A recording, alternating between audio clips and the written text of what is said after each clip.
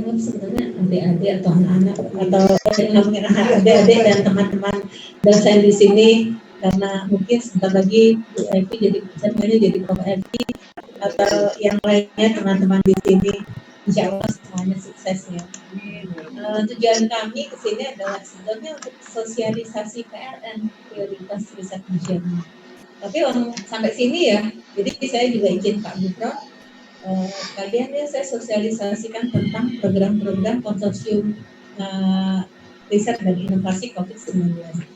Sebetulnya ketuanya kan Pak Gufron, Prof. Ali Gufron yang mantan wamen. Memang itu semuanya ada, kebetulan rumahnya bukan di Risbank Bu, tapi di inovasi. Jadi inovasi, jadi ini yang agak, makanya ada karena struktur organisasi kita belum jadi ya, tapi ya udahlah kerjanya kayak kalau di rumah tuh kulit kocak lah gitu, bantu sana bantu sini. Kalau saya sih oke aja gitu ya. Jadi di sini prinsipnya adalah terkait sosialisasi PMI. Okay.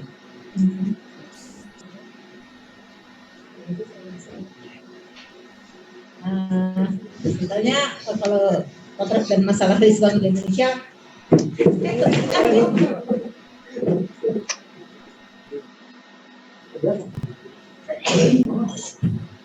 kita akan membahas tentang tren publikasi di ASEAN yang tadinya rendah, sekarang sudah mulai tinggi. Cuman yaitu yang kita takutkan, yang kami takutkan itu adalah publikasinya banyak, tapi outputnya itu atau outcome-nya cuman berakhir di tulisan aja gitu. Jadi yang istilahnya lembah kematian ya. Padahal kita berharap riset-riset terkait yang dilakukan itu, inovasi-inovasi itu menjadi sesuatu yang berdampak untuk kepentingan nasional. Kayak yang Prof. Evi Bu Evi membuat tentang stunting. Stunting itu kan prioritas nasional. Itu bagus banget itu kalau memang bukan hanya sekedar tulisan sebagai bekal untuk tambahan untuk jurnal, tapi nantinya itu benar-benar diaplikasikan ke masyarakat. Saya mungkin nggak cerita banyak, ini cuma saya sampaikan aja angka-angka ya. Nah, tapi ternyata masalah riset di Indonesia itu adalah bagaimana pengakuan bahwa hasil riset itu menjadi sesuatu brand dari Indonesia. Saya kemarin ini, saya sambil curhat ya, jadi waktu ke Universitas Telkom ya, Adit ya, itu ya Raida kan ada temuan mereka itu terkait apa sih ya, yang bukan gitu, dia robot untuk sterilisasi. Baru kita ngomong bukan Raisa, robot untuk sterilisasi. Ternyata beberapa hari kemudian saya lihat di Kompas TV itu diklaim Jerman juga katanya pertama di dunia. Padahal tuh Telkom itu sudah membuat dari sekitar 1 tahun yang lalu. Demikian juga riset-riset lain yang diklaim sama mereka kayak Ginos, makanya Pak Menteri itu kepinginnya hasil-hasil riset kita ini tidak termasuk PLN jangan hanya di atas kertas tapi menjadi sesuatu menjadi milik negara kita tercinta. Inilah yang disebut nation brand ya. Jadi bagaimana kita ada perbaikan ekosistem, kelembagaan dan manajemen riset yang bagus gitu. Di luar negeri aja bisa gitu. Jadi apalagi di kita gitu. Dan jangan sangka kalau di kota yang agak kecil ini terus ternyata nggak berhasil. Salah banget. Stem cell itu Padang ini, kayak Dr. Andani itu terkenal. Jadi UI maunya malah kerjasamanya sama Padang dibandingin sama UGM atau apa. Jadi saingan saya nggak tahu lagi ya. Tapi prinsipnya itu waktu saya tahun 2007 saya kebetulan pernah jadi Kasubdit HTA Penelitian Teknologi. Itu di situ memang sudah dibangun laboratorium untuk stem cell. Oke, nah ini data-data ya. Jadi bahwa tren jumlah startup dan calon startup itu semakin meningkat. Kemudian juga sudah dimainkan di ASEAN. Oke, visinya tuh sebetulnya, nah sampai tahun 2017 tuh kita membuat RIRN, yaitu Rencana Induk Riset Nasional, di mana kita visinya adalah Indonesia berdaya saing dan berdaulat berbasis iptek. Jadi itulah yang maksudnya semua pelayanan kita itu memang semuanya berdasar ada evidence-nya, yaitu evidence-nya itu semua berbasis iptek. Oke, jadi tujuannya bagaimana meningkatkan literasi ilmu pengetahuan ya, mungkin ini di atas kertas lah. Sekarang kita yang penting adalah kita punya inputnya apa aja sih gitu, input anggarannya apa, nah itu yang menjadi utama. Yang penting ya silakan Bu, apa sih Bu, mohon izin ya. Nah, outputnya adalah bagaimana produktivitas sumber daya manusia iptek per 100 peneliti. Sebenarnya output utamanya adalah bagaimana kita membangun sumber daya yang berbasis iptek gitu. Jadi bukan cuma sekedar meneliti, tapi dia memang penelitian itu menjadi sesuatu budaya kerjanya gitu. Budayanya dalam kehidupan sehari-hari gitu. Saya yakin bahwa di Institut Kesehatan di sini pasti bisa. Nah ini kemudian posisi riset green. Nah ini tahun 2019 itu riset ini indah. Dulu riset dikti ya. Waktu itu saya pernah berpikir sampai detik ini SOTK kan belum jadi-jadi. Karena ada riset dan BRIN. BRIN itu dijadikan satu. Tapi ini pasti agak sulit. Kenapa sulit? Karena setiap kementerian itu punya lembaga litbang, dan itu pasti punya kepentingan masing-masing. Tapi saya sih ngambil pusing, yang penting ini gimana caranya proses-proses penelitian tetap berjalan. Gitu. Saya yakin teman-teman di sini mengajukan penelitian bukan hanya dari riset aja, pasti di dikti ada, di kesehatan tuh litbang juga ada, di pertanian juga ada. Karena kesehatan itu sebenarnya bisa masuk dari kesehatan, dari pendidikan, karena di sini kan sekolah ya. Kemudian dari yang satu lagi dari Kementerian Pertanian. Gitu. Kenapa? Karena kan sekarang ini juga kalau di sini ada misalnya jurusan ada yang gizi ya. Gizi itu kan pasti berhubungan dengan pertanian. Gitu. Oke. Jadi ini model saya sebetulnya kalau cerita ini terlalu teoritis nanti nggak terlalu bahasa dewa ya. Saya langsung yang aplikasi aja ya. Tapi kalau mau tanya nanti juga boleh. Nah, saya langsung sini aja. Kemudian ada lagi program Menteri Keuangan tentang pengurangan penghasilan bruto atas kegiatan riset. Jadi gini, semua inovasi yang berbasis riset itu katanya dapat pengurangan pajak, walaupun sekarang kan masih belum belum nyata ya, tapi itu bisa diajukan.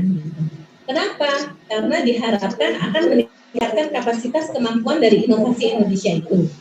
Jadi riset-riset yang diharapkan ini yang kalau yang masuk di riset green itu adalah yang triple helix, yaitu yang dengan akademisi, dengan pihak bisnis, dan dengan sektor industri. Jadi upayakan kalau bisa pada waktu mulai, kecuali yang sosial humaniora. Kalau sosial humaniora itu kita bisa adalah pemerintah daerah. Tapi kalau untuk yang produk-produk misalnya penelitian terkait alat kesehatan, makanan, itu kita upayakan kalau bisa menggandeng sektor industri. Tapi itu nggak mutlak. Maksudnya nggak mutlak kenapa? Nanti pada dalam perjalanannya itu kementerian mah yang nanti akan ya. Nah, di di Risbang itu ada 3 jenis. Kalau Risbang banyak ya penelitiannya, ada BOPTN, ada segala macam. Tapi khususnya di DPTI, karena saya di DPTI itu ada PRN, Prioritas Riset Nasional, PPTI dan Insinas. Itu nanti ada bedanya masing-masing ya. Tapi di sini saya disuruh menyampaikan terkait prioritas riset nasional. Tapi nanti kalau untuk yang lain-lainnya nanti bisa disampaikan. Jadi misalnya kalau Insinas itu sebetulnya lebih banyak nanti outputnya adalah jurnal. Jadi seperti Bu Evi tahun lalu juga dapat Insinas ya.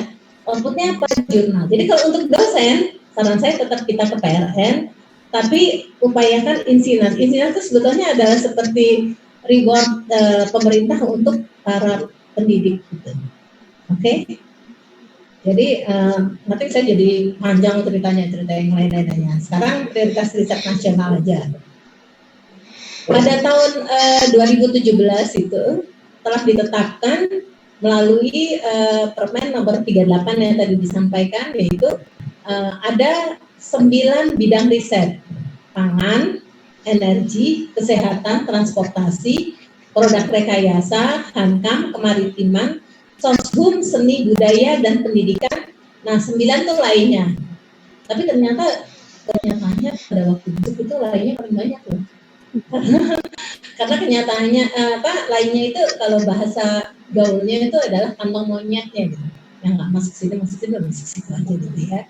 Tapi ini kesempatan buat kita. Tapi sebenarnya kalau institut kayak kesehatan, kalau menurut saya lebih fokus sebetulnya di kesehatan dengan tidak menutup kemungkinan pangan. Tadi lupa ini di sini tulis, saya sebetulnya bukan hanya kasubdit kesehatan dan obat, tapi termasuk pangan. Gitu. Jadi ini yang di Institut Kesehatan di sini saya rasa bisa juga bisa terkait pangan ya, misalnya kayak PCO atau kunyit atau empon-empon ya bahasa orang. Kalau saya bahasa Jawa itu empon-empon, kalau bahasa Padang apa ya? Dapur segala macam. Rempah-rempah ya. Maaf ini jadi dari bulan ini oke. Nah itu kemudian kita bikin fokusnya sampai tahun 2024 ini yang tadi Pak Hotma sampaikan dan Mas Adit, yang melalui Permen nomor 38 tahun 2019. Nah dari 9 bidang fokus ini ternyata dihasilkan ada 80 tema dengan 416 topik untuk tahun 2000 sampai tahun 2024. Tapi saya suka kasihan juga tuh sama kesehatan. Kenapa? Karena yang ditetapkan kenapa itu? Mungkin teman-teman kesehatan kan tahu ya, amoxicillin, insulin. Karena itu sebenarnya yang harus dibahas lagi ya. Saya masuk ke dokter tahun 80 udah dibahas itu. Sekarang masih dibahas gitu. Terus saya sampai bilang gini nih, mudah-mudahan di sini enggak yang ada di antah berantah ya. Para peneliti itu seperti kayak main congklak gitu. Ini nggak ada diulang lagi. Jangan gitu. Kalau bisa kalau penelitian udah selesai, tinggal dikembangkan, hilirisasi, bikin penelitian lain. Jadi negara kan juga punya ada nilai tambah ya, keuntungan ya kalau menurut saya. Tapi alhamdulillah sih di konsorsium COVID itu justru tiba-tiba itu bisa dengan adanya pandemi itu bisa melahirkan ekosistem baru riset dan inovasi. Oke. Nah ini tentang PRN ini sudah turun di RPJMN tahun 2020-2024. Jadi saya udah nggak bisa berkutik tuh karena udah ditetapkan itu ada program-programnya. Tapi ternyata setelah saya ikutan rapat dengan beberapa pimpinan nasdem rapat, saya sebenarnya karena saya masih baru di Kementerian baru banget